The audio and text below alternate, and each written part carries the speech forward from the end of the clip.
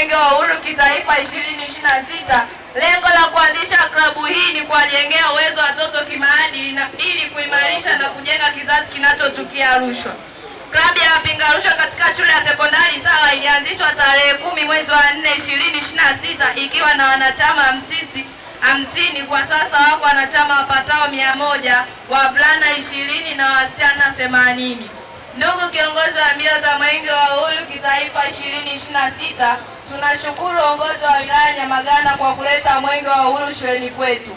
Pia tunapongeza uongozi wa shule na walimu wetu walezi kwa malezi mazuri yanayotujenga kimaadili, na tunatoa shukrani kwa taasisi ya kuzuia na kupambana na rushwa kwa kutupatia elimu ya mapambano dhidi ya rushwa, kwani sasa tunafahamu madhara ya rushwa.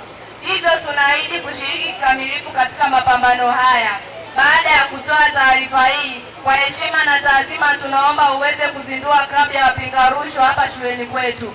Kuzuia rushwa ni jukumu lako na tutimiza wajibu wetu. Mwenge wa Uhuru kitaifa 2026 oye!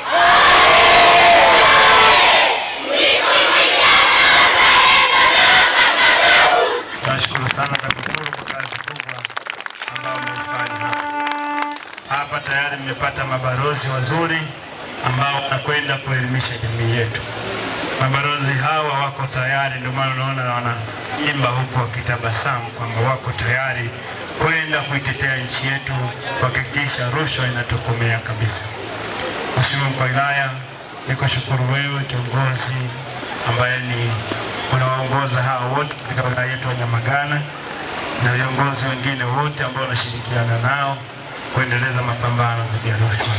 Niwaombe klabu hizi endelee kuanzishwa maeneo mbalimbali, shule za misingi, sekondari, kule kwenye mitaa yetu, maafisa usafirishaji, bodaboda, madereva taksi, wote tuanzishe klabu katika maeneo hayo ili Watanzania wote wakapate uelewa juu ya vitendo vya rushwa na wakapate uelewa juu ya namna gani tunaendeleza mapambano dhidi ya rushwa. Niseme tu kwamba Mwenge wa Uhuru umefurahishwa sana na klabu hii ya wapinga rushwa na uko tayari kuzindua klabu ya wapinga rushwa.